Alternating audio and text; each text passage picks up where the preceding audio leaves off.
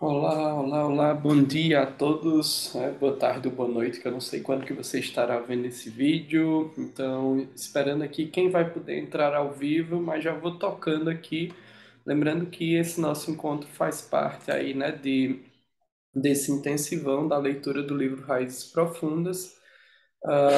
Eu já andei olhando aí as possibilidades, né, da nossa continuidade até encerrar o livro. Provavelmente nós vamos nos encontrar uma vez por semana, tá? Estou definindo aí o horário já para a próxima semana, para ver se a gente consegue manter no mesmo dia e no mesmo horário. Mas vamos lá, né?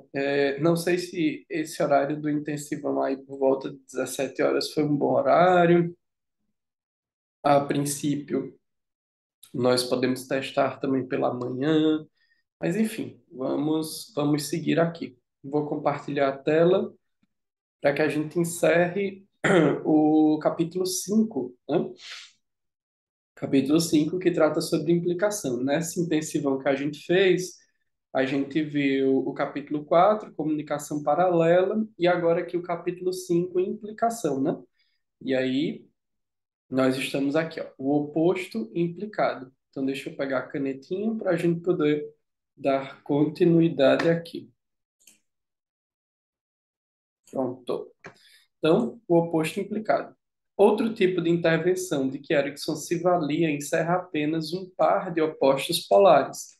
Deixa-se que o paciente apresente o outro.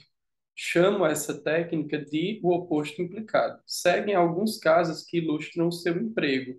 Então, primeiro caso aqui desse oposto implicado, né? Foi relatado em dois livros sobre o trabalho do Erickson, como vocês podem ver aqui embaixo, ó, de 83 e de 76. Um livro escrito pelo próprio Erickson com o Rossi e outro escrito com o Rossi e os seus colaboradores. Vamos para o caso. Um paciente de alguns dentistas que estudavam com Erickson conseguia desenvolver um transe rapidamente.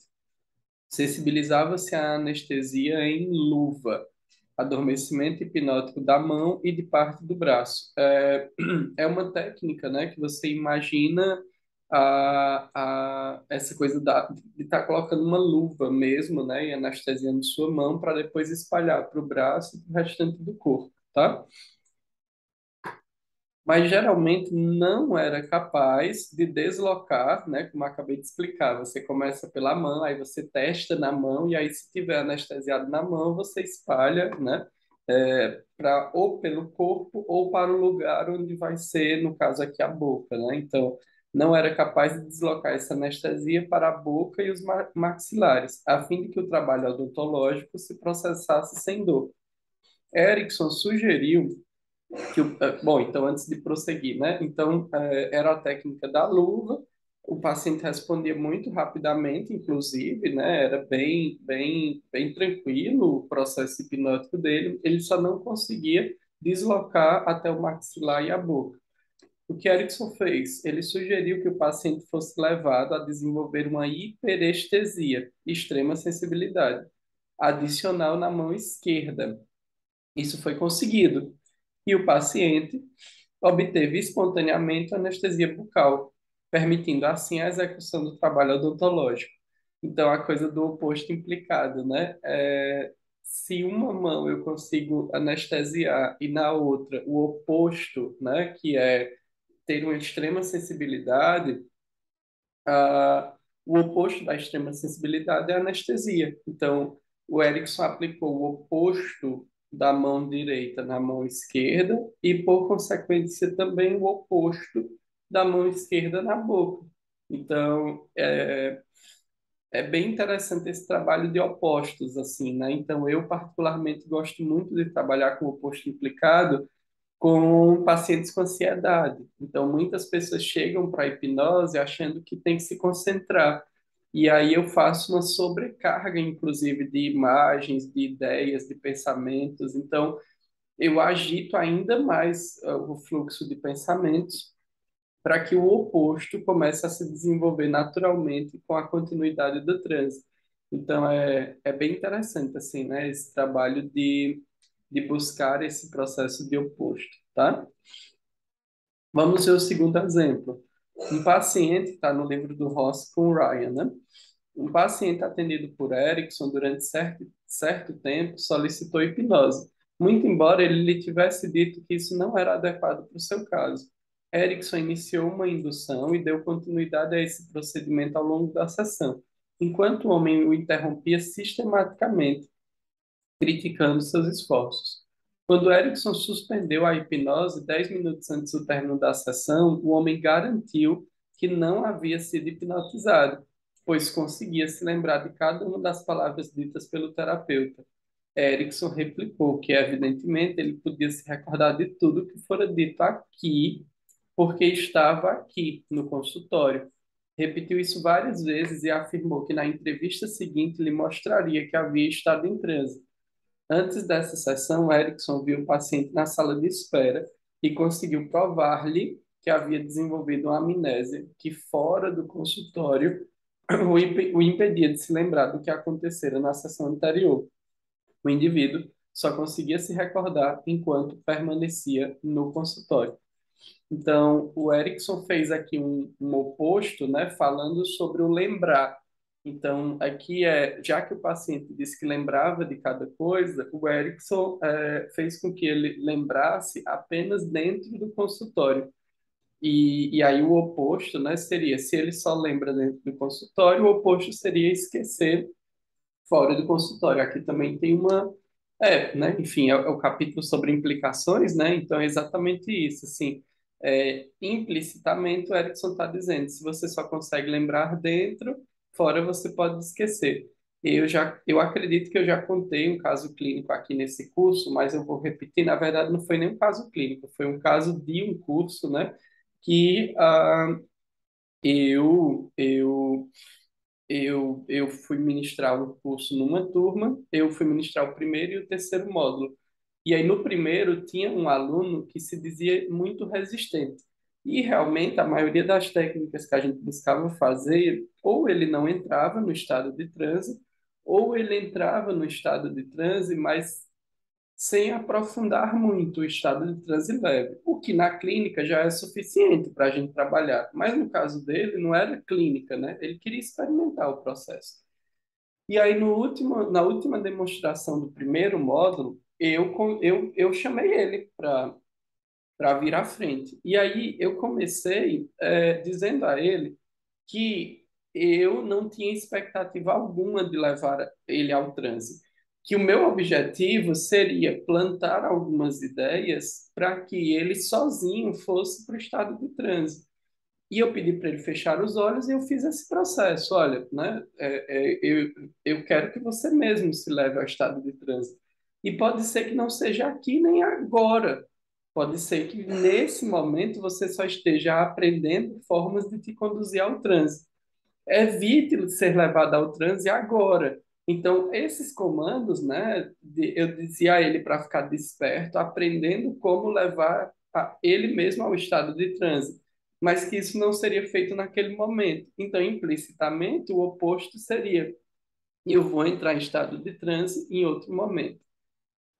Daí passou o segundo módulo, veio o terceiro módulo. No sábado de manhã a gente se encontrou. Eu conversei com ele na frente da turma, perguntando se ele percebeu, né, algum estado de transe naquele intervalo de meses.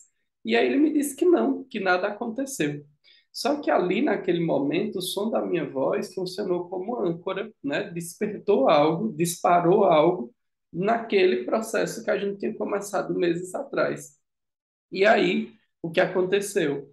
Ele, é, ele foi para casa para almoçar no sábado, e aí quando ele voltou do almoço, ele disse: Nossa, Adam, aconteceu. Eu entrei em estado de transe profundo, nem lembrava o que eu tinha feito. Eu disse: O que foi que aconteceu? Ele disse: olha como a mente inconsciente aceita, né, a informação. Realmente foi fora da sala de aula. Ele chegou e disse assim: Eu estava saindo de casa para voltar para o curso, e aí eu ia pegar o lixo para jogar fora. E quando eu olhei, não tinha lixo. Eu disse, como assim, né? Quem foi que tirou o lixo? Se só eu moro aqui. E aí ele ficou encucado com isso, né? Porque tinha lixo de manhã, e ali, após o almoço, não tinha mais lixo. E aí ele ficou incomodado, incomodado ao ponto de ir verificar as filmagens da câmera do prédio para saber o que foi que aconteceu. E aí ele viu ele mesmo saindo com lixo e jogando, né? Depois que ele almoçou, ele viu ele mesmo saindo de pantufa, né? Que era no sul isso, de pantufa, caminhando lá e jogando lixo e voltando. E ele não lembrava que ele tinha feito isso há alguns minutos atrás. E aí ele interpretou isso como o sinal da mente dele, né? Ter aprendido a levar ele ao estado de transe em um outro ambiente, que não aquele, em um outro momento, que não a aula. E aí ele disse, isso não é perigoso, não? E aí eu falei para ele, olha, sua mente quem fez tudo isso, então ela não te colocaria em risco. Seria perigoso, por exemplo, se eu tivesse dado esse comando direto, porque aí eu não saberia qual o melhor momento, né, de fazer isso. Se eu tivesse dito assim, hoje, meio-dia, você vai, pá, pá, pá, pá. Como foi algo que emergiu sozinho, sua mente sabe organizar todos os riscos disso, né? Mas ele ficou impressionado. Então, é outro exemplo, né, dessa coisa do oposto. Evite entrar em transe aqui, agora, na sala de aula, porque você vai entrar em algum outro momento, né? Então, é bem curioso como que a gente faz essa... Olá, Fran, bem-vinda. Como que a gente faz essas oposições, tanto no estado de transe, quanto também nos exercícios da terapia ericksoniana. Vamos seguindo. O caso seguinte forneceu um exemplo de senso ericksoniano de jogo em terapia, bem como do emprego de associações evidentes.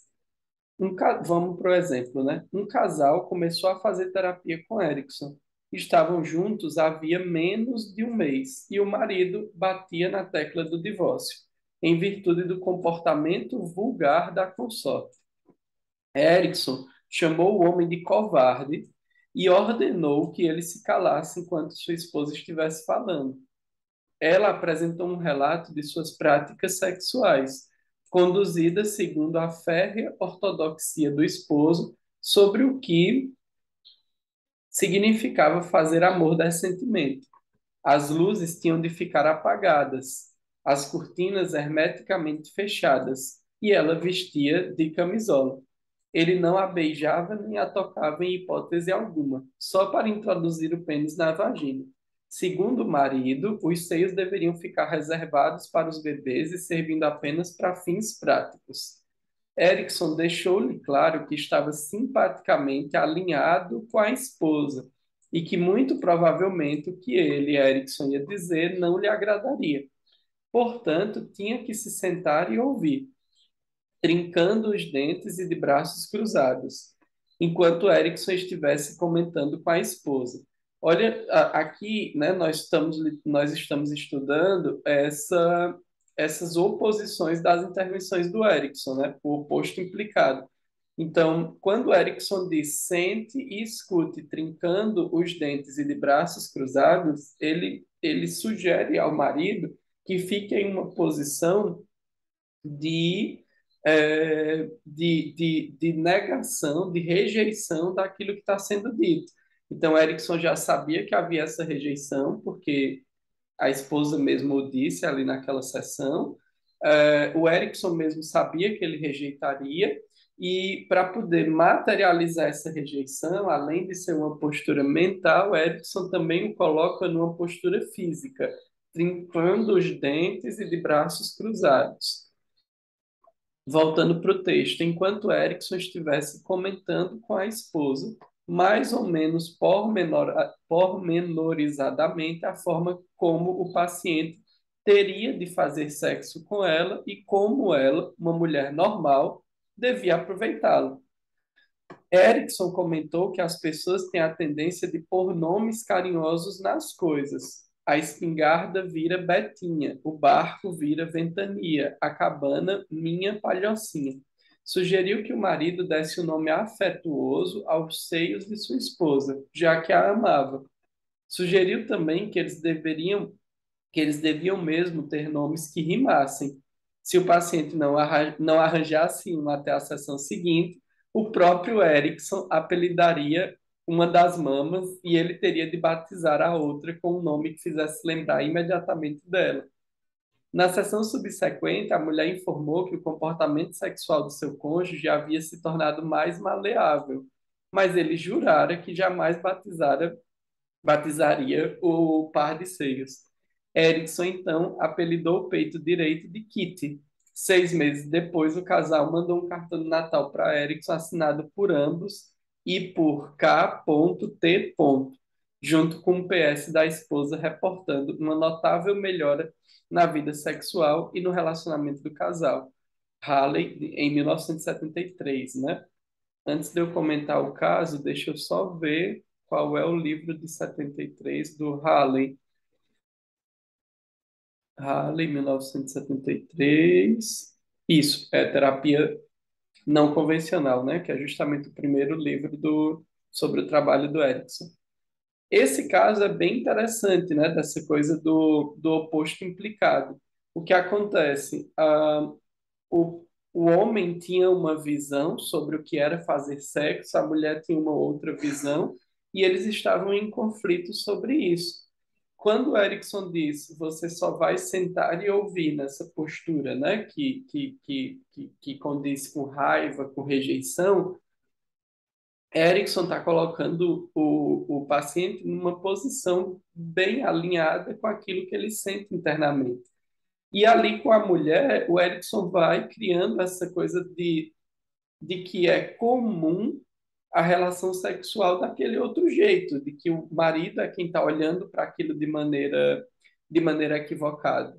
E aí o Erickson começa a mostrar, né, com essa brincadeira de dar nome carinhoso para as coisas, o Erickson começa a mostrar que é possível, em oposição àquela postura, em oposição a tudo que o paciente relatou, ele fazer um reenquadramento daquela experiência. Então, o Erickson não foi em busca, e isso é um ponto muito importante, o Erickson não foi em busca, importante para a terapia ericksoniana, né, obviamente, que o Erickson não foi em busca de por que é que o paciente é assim, se foi algo traumático, se foi algo relacionado à educação, né, à cultura. Não, não. O Erickson só entendeu que a meta ali, né, lembra do diamante ericksoniano? A meta ali era fazer com que o casal se organizasse em torno dessa prática, né, da relação sexual. E aí o Erickson faz com que a porção que está em desequilíbrio, que no caso é o julgamento do homem, se flexibilize, né? Então, basicamente, foi essa a intervenção realizada, né? Adamo, mas aí, nesse caso, o Erickson quem definiu a meta, olha só, pode até ter sido, mas olha como é curioso, né? Como está implícito. Se o homem não quisesse flexibilizar de forma alguma a sua forma de ver o sexo, e se ele só quisesse se separar da esposa, ele não teria aderido ao tratamento, né? À terapia. Ele não teria nem ido. Então, quando o homem faz esse movimento de ir para a terapia, nesse caso específico, ele já está implicitamente dizendo que ele pode flexibilizar a sua forma de entendimento, né? Do sexo para poder manter o casamento. Então, quando o Erickson trabalha dessa forma, ele entende que não é ele quem define a meta, mas sim o próprio paciente já traz um pouco dessa definição e muitas vezes ele só verbaliza. Eu, particularmente, gosto muito de fazer isso. Assim, por exemplo, o que seria um bom resultado para essa sessão? Porque aí a pessoa mesmo me traz, sem eu avançar o sinal e sem eu achar o que é melhor para outra pessoa. Recentemente, uma pessoa estava atravessando alguns conflitos pessoais no que diz respeito a relacionamento, nem é paciente, né? É uma amiga. E aí, certa vez, ela me mandou mensagem: Olha, eu preciso de ajuda, eu preciso de ajuda, eu preciso de ajuda. E aí eu perguntei a ela: Olha, sim, estou à disposição, me diz como que eu posso te ajudar. Porque eu percebia que não existia uma meta ali, né? A meta era pedir ajuda, provavelmente. É tanto que quando eu disse, sim, eu posso te ajudar, me fala como que eu posso fazer isso, ela me respondeu, eu não sei como você pode me ajudar, e parou de me pedir ajuda, foi procurar outras pessoas, porque aí eu desloquei, né, com uma pergunta simples, ela dessa postura de não saber o que fazer da vida, querendo que outras pessoas dissessem a ela o que fazer da vida, para uma outra posição, de que ela meio que acordou, né? Assim, pois é, a vida é minha, eu quem tenho que saber o que é que eu quero de ajuda, né? E aí ela parou de falar comigo, ou porque ela não conseguiu ir para esse outro. Não, né? Não é que ela virou inimiga, não.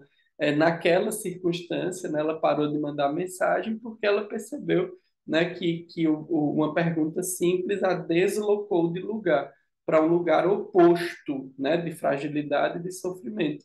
Então, esses opostos eu gosto muito de trabalhar. Então, uma pessoa chega e me fala sobre o quanto está deprimida, né? Então, você mantém esse quadro no transe, inclusive, para que a pessoa não fique com a sensação de que você está invalidando ela, mas aí você acaba construindo aquela, né, saídas para que em experiências opostas, por exemplo, você pode se sentir deprimida aqui ouvindo o som da minha voz, e provavelmente você pode se sentir deprimida sem comer nada.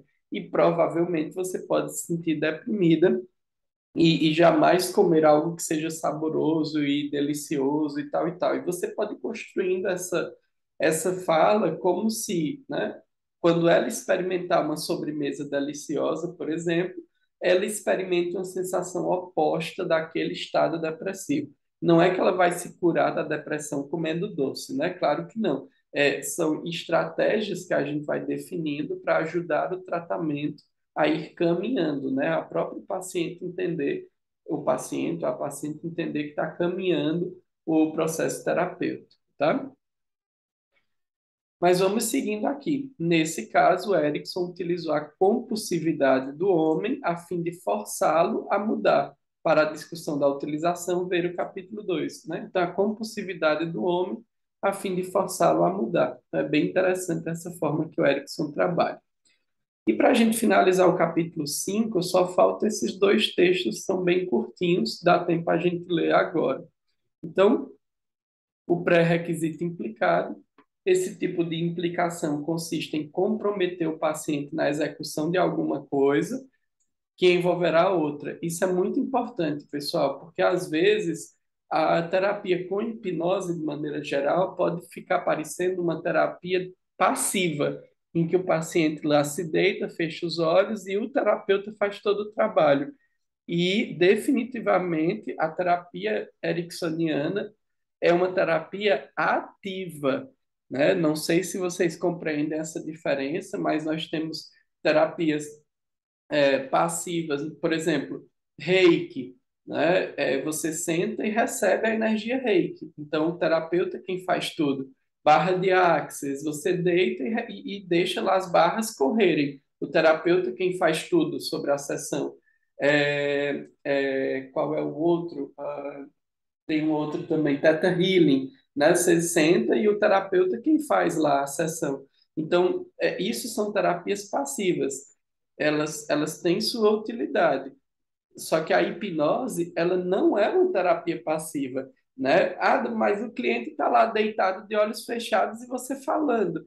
Como que não é uma terapia passiva? Não, não é. Porque a ideia é que esse estado de transe o motive a fazer coisas. O transe pode ser passivo, porque você vai ali, a pessoa fica deitada ou sentada, de olhinho fechado, lhe ouvindo. O transe pode ser uma etapa passiva, mas o modelo terapêutico como um todo, o transe existe para que você conecte o sujeito com recursos, para que esses recursos comecem a se movimentar dentro dele. Então, não existe, né? Não é uma terapia completamente passiva. O estado de transe pode até ser. E, às vezes, a gente pode sugerir, tá, principalmente no modelo de terapia ericksoniano, a gente pode sugerir trabalhos, né, de tarefas terapêuticas, né, no caso. Então, nesse caso, né, consiste em comprometer o paciente na execução de alguma coisa que envolverá outra. Vamos ver aqui, ó. Essa, voltando para o texto, essa outra coisa é terapeuticamente benéfica e será realizada tão logo termine a tarefa, mas de um modo que pode não se tornar imediatamente patente ao indivíduo. Erickson sugeria convencer os pacientes hospitalizados a, quando de volta para casa, levar ao terapeuta uma receita culinária ou alguns brotos de planta de seus jardins. Ao aceitar essa incumbência, os pacientes, em geral, não se davam conta de que haviam concordado em receber alta do hospital e voltar para casa. Então, é muito curioso isso, né? Isso é uma tarefa terapêutica. Olha, quando você sair daqui do hospital, você vai me levar uma receita, né, de bolo ou uma muda do seu jardim. E aí o paciente, sim, sim, eu vou lhe levar. E não percebia que implicitamente tinha concordado que sairia do hospital, né? Então, são tarefas terapêuticas que uma coisa leva a outra sem passar pela concordância da mente racional e lógica. Outro exemplo, extraído do vídeo The Artistry of Milton Erickson, né? A arte de Milton Erickson, uma mulher, sujeito de demonstração dele, ao sair do transe, acha que não pode mexer a mão, pois ainda está levitando, dissociada do trabalho hipnótico. Erickson conversa um pouco com ela e depois lhe pede que mova apenas a sua cadeira de rodas. Quando a mulher se levanta para fazer isso, percebe que pode mexer a mão e o faz. Erickson tinha criado uma situação em que a paciente perceberia sua capacidade de mexer a mão como pré-requisito do ato de mover a cadeira de rodas. Então, ela está lá reclamando que não consegue mover a mão. O Erickson desvia a atenção dela, conversando sobre outra coisa, e daí a pouco pede: Olha, eu preciso ir a tal lugar, né? Porque ele era cadeirante. Você pode mover minha cadeira até lá? E aí ela se levanta, pega a cadeira e dá uma tarefa, né? Levar a cadeira do Erickson até outro lugar, com a proposta de, por consequência, ela perceber que pode mexer a mão. Então, implicitamente, é uma tarefa que implicitamente leva o sujeito para uma resposta terapêutica, né? Então, é bem curioso também esse processo aqui, né? E por último, das implicações, o resultado implicado. Nesse tipo de implicação, disse a um paciente que faça alguma coisa conducente a um resultado desejável, talvez não imediatamente manifesto na tarefa. Erickson, por exemplo, tratou de uma mulher que tinha uma cicatriz no rosto que a envergonhava muito e por isso constantemente a cobria com as mãos. Ela foi persuadida a sair com um dos alunos de Erickson. Para esse encontro, isso é uma outra coisa, pessoal. O Erickson fazia de vez em quando isso, assim, tipo, dois pacientes que não se conheciam, mas que um podia ajudar o outro nas demandas terapêuticas, o Erickson colocava eles em contato, né? Ou iam ver um museu juntos, ou iam jantar juntos, né? Frequentemente o Erickson fazia isso, tá? Vamos seguir aqui. Para esse encontro, a paciente teria de levar duas maletas. Então, como ela escondia a cicatriz com as mãos, né? Então, o Erickson pediu para ela levar duas maletas. Evidentemente, isso a impedia de tapar a cicatriz. E ela logo percebeu que o rapaz não se chocava com a sua aparência, né? Então, é isso, assim. O Erickson, então, vai lá e passa uma tarefa terapêutica, né? E essa tarefa terapêutica faz de uma forma que ela não possa cobrir, né, a cicatriz, e aí, por consequência, também, né, ela percebeu que o rapaz não se chocava com a sua aparência. Então, enfim, é como o Erickson vai construindo esse ambiente para dizer uma coisa indiretamente, porque o Erickson podia ter dito assim, olha, sua cicatriz nem é tão ruim, as pessoas não se chocam com sua aparência. Só que isso só ia para a mente racional e lógica, não ia atingir o nível emocional profundo. Para atingir o nível emocional, o Erickson cria uma experiência, porque emocionalmente a experiência é mais forte do que a compreensão. Então, Erickson cria uma experiência que ela nunca mais vai esquecer, né? Então, em torno dessa experiência emocionalmente significativa, o Erickson promove um reenquadramento daquela emoção. É muito legal, assim, é muito criativo, né, o trabalho do Erickson. E, por fim, né, acho que esse é o último parágrafo, isso mesmo. Por fim, Erickson utilizou essa modalidade de implicação com uma mulher que constantemente interrompia o marido durante a sessão, apesar de Erickson ter lhe pedido que parasse de fazer isso. Ele lhe disse, então, que pegasse um batom e o aproximasse da boca apenas tocando levemente os lábios. Ela deveria observar atentamente como seus lábios faziam menção de se mexer enquanto Erickson interrogava o marido. A consequência lógica desse estratagema foi que a mulher permaneceu calada enquanto o marido falava. Ficava difícil conversar bem articuladamente com um batom tocando os lábios. Então, Erickson vai lá e diz: olha, por favor, pare de interromper o seu marido, porque eu preciso ouvi-lo também na sessão terapêutica. E ela continua fazendo isso. Então, como não teve efeito falar para a mente consciente, o Erickson promove uma experiência. E aí, como é que ele promove essa experiência? Ele diz: pegue um batom, aproxime da boca apenas tocando os lábios. E aí, enquanto o Erickson escuta o marido, fique aí com o batom tocando os lábios. Então, toda vez que ela ia querer falar, né, ela sentia o batom nos lábios e aí ela não conseguia interromper, porque estava lá cumprindo a tarefa que o Erickson pediu. Então, tocar o batom nos lábios era uma tarefa que implicitamente chegava a um resultado que era deixar o marido falar. Dessas implicações, elas são bem importantes no trabalho ericksoniano, tá?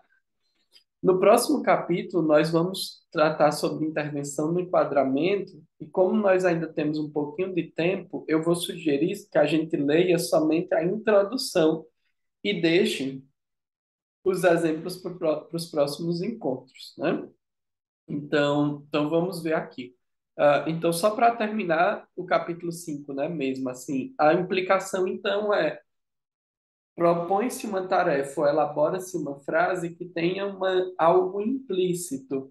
E aí esse algo implícito vai ser atendido pela mente inconsciente do sujeito, seja no estado de transe, seja numa tarefa terapêutica, né, seja aí numa metáfora, nos diversos níveis de intervenção do modelo ericksoniano. E vamos para o capítulo 6 de 10 capítulos, né? Então, intervenções no enquadramento. Eu gosto muito no ambiente, né, nas nossas aulas, você já tem essa diferença entre ressignificação e reenquadramento e ressignificar, né? Reenquadrar e ressignificar. Eu gosto muito dessa ideia do reenquadramento do Erickson, porque é como se o trauma, né, ou a dor, o sintoma tivessem em um quadro, né, emoldurado. E aí o que Erickson faz não é mudar o que está dentro. Muitas vezes o Erickson faz um reenquadramento, ou seja, muda a moldura, né? Então, os eventos continuam ali, até porque não dá para apagar, né? O que acontece é muda-se o enquadramento, né? Então, é uma espécie de ressignificação, mas em um nível metafórico, né? Muda-se a moldura, basicamente é essa a ideia, assim, né? Ou olha-se de uma outra perspectiva, de um outro ângulo. Beleza, mas vamos ver aqui. A descoberta, indo para o texto, né? A descoberta consiste em ver o que todo mundo viu e em pensar o que ninguém pensou, né? Então, para esse autor aí, ó, o Albert Giorgio, ele diz, né, que descobrir alguma coisa é olhar para o que todo mundo viu, mas pensar diferente do que todo mundo pensou. O reenquadramento é a técnica terapêutica pela qual o novo significado é associado a fatos anteriormente revestidos de outras significações. De acordo com Watzlawick e os outros autores, reenquadrar quer dizer modificar o marco ou a perspectiva conceitual e ou emocional em relação com a qual se experimenta uma determinada situação, situando-a noutro enquadramento que se ajuste bem ou até melhor aos fatos da mesma situação concreta, alterando assim todo o seu significado. Dessa forma, o âmbito das intervenções no enquadramento se alarga para comportar tanto o reenquadramento, que fornece um parâmetro ou significado alternativo a uma situação, como o desenquadramento, que abole ou põe em xeque os sistemas ou significados vigentes. Então, às vezes, a gente tem que reenquadrar, que seria uma espécie de ressignificação, às vezes, a gente tem que desenquadrar, que aí seria desconstruir a perspectiva daquela pessoa em torno do trauma, da dor ou do sintoma que ela está trazendo. Diversos autores, sobretudo nas áreas de terapia estratégica e de família, já abordaram a questão do reenquadramento, embora tais interpretações se apoiem principalmente no trabalho de Milton Erickson, ou seja, inspiradas por ele. Não foram cabalmente examinados os métodos e delineamentos explícitos para entender o emprego ericksoniano dessa modalidade de intervenção, para criar intervenções no enquadramento no âmbito da clínica. Isso, da clínica. Pessoal, Erickson influencia drasticamente a terapia familiar e as terapias estratégicas, né? O Erickson, ele teve, junto com a Virginia Satir, né, que é atribuída à Virginia, o primeiro movimento de terapia familiar. E o Erickson esteve junto com a Virginia num movimento que eles chamaram de Escola de Palo Alto. Então, a terapia familiar da Virginia Satir é fortemente influenciada pelas teorias do Erickson. A Margaret Mead, né, que é uma antropóloga, assim como o Gregory Bateson, ao conhecer o Erickson, também aprofundam os estudos que já faziam sobre seres humanos, né, sobre como os seres humanos foram desenvolvendo as suas estratégias, o seu conhecimento, que também são muito influenciados pelo Erickson. Então, o Erickson, ele passa, na verdade, por muitas terapias, né? O próprio Jay Haley, ele é um terapeuta que se concentra muito na terapia estratégica. Então, ao contrário do Zweig, que o Zweig ele foi para a terapia ericksoniana, o Haley não adota esse nome, ele continua trabalhando com terapia estratégica, mas profundamente influenciado por Erickson. Então, resumindo, né, todas essas terapias que passam por modelos estratégicos ou de família, em algum momento, em sua origem, foram influenciados por Milton Erickson. No texto, a área como um todo também não parece ter sido bem explicitamente demarcada, decorrendo daí uma certa confusão dessa técnica com outros tipos de intervenção, tais como as intervenções paradoxais e os vínculos. Nesse capítulo, portanto, tentaremos definir e explicar as intervenções no enquadramento por meio da discussão dos seguintes tópicos: 1. A diferenciação entre fatos e significados. 2, os elementos dos marcos. E 3, os elementos dos significados agregados. E 4, a distinção entre desenquadramento e reenquadramento. Então, o William colocou aqui, né, um texto para cada uma dessas ideias: fatos versus significados, elementos do enquadramento, elementos dos significados agregados e desenquadramento e reenquadramento. E também trazendo exemplos clínicos, né? Que aí eu gosto muito desse estilo do William explicar, que ele vai trazendo casos clínicos ao longo dos livros do Erickson, né, sobre o Erickson, e vai apresentando para a gente em torno do tema. Então, vamos ver aqui só esses fatos versus significados, né, e elementos de enquadramento, que é curtinho, ó.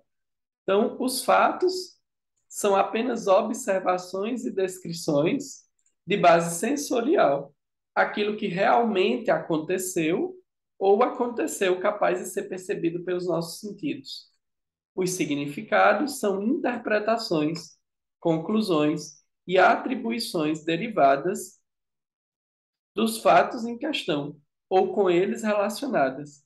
Esse tópico será retomado nas sessões seguintes. Eu tinha um exemplo para eu falar para vocês que aconteceu, acho que essa semana sobre isso, mas eu não estou me recordando com detalhes. Eu me lembro que a pessoa falava sobre um evento e eu disse assim: olha, mas lembra que isso é a tua interpretação do que aconteceu.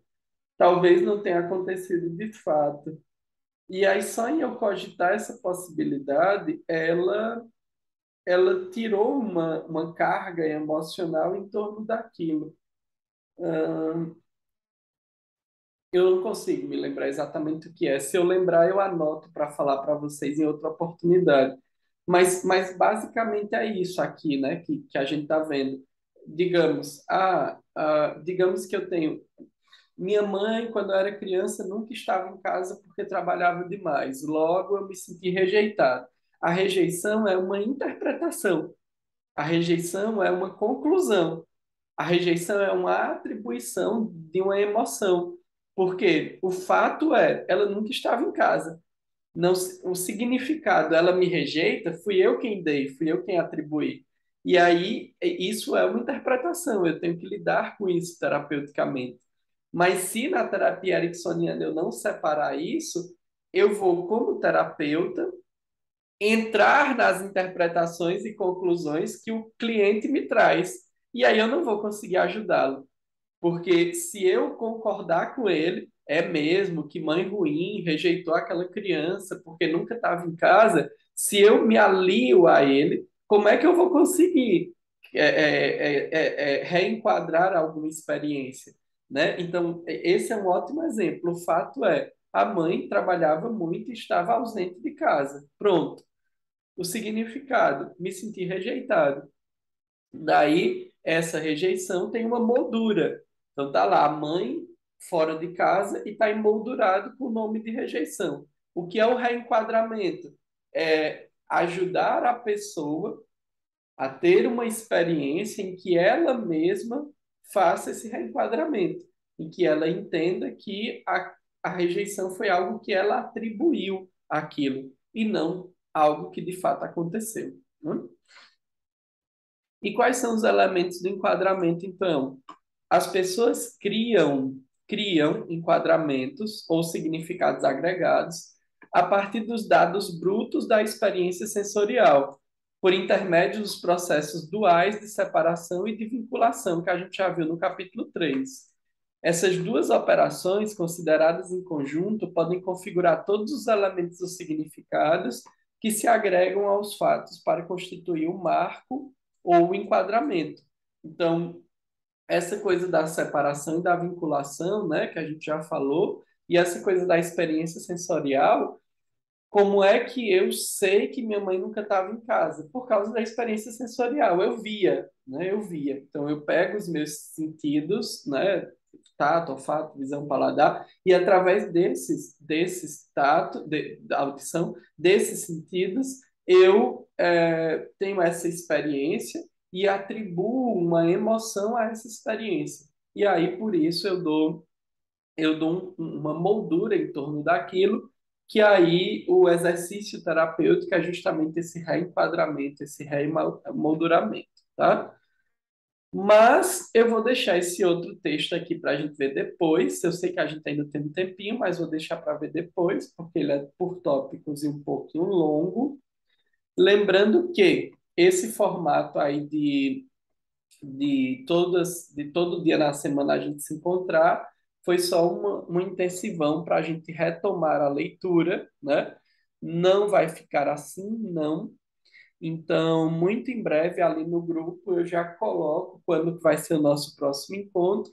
Ainda estou decidindo se a gente vai fazer uma ou duas vezes por semana, porque faltam poucas páginas para a gente concluir, né? Então, faltam poucas entre aspas, né? Falta 43. Então, ainda temos aí alguns encontros para a gente poder para a gente poder concluir o livro, mas eu acredito que a gente vai se ver na próxima semana pelo menos duas vezes, para que a gente não perca o ritmo dessa leitura. Bom, então é isso. Bom sábado para ti, Fran. Bom final de semana. E para quem assistir depois também, um abraço. E nos vemos aí na próxima semana. Tchau.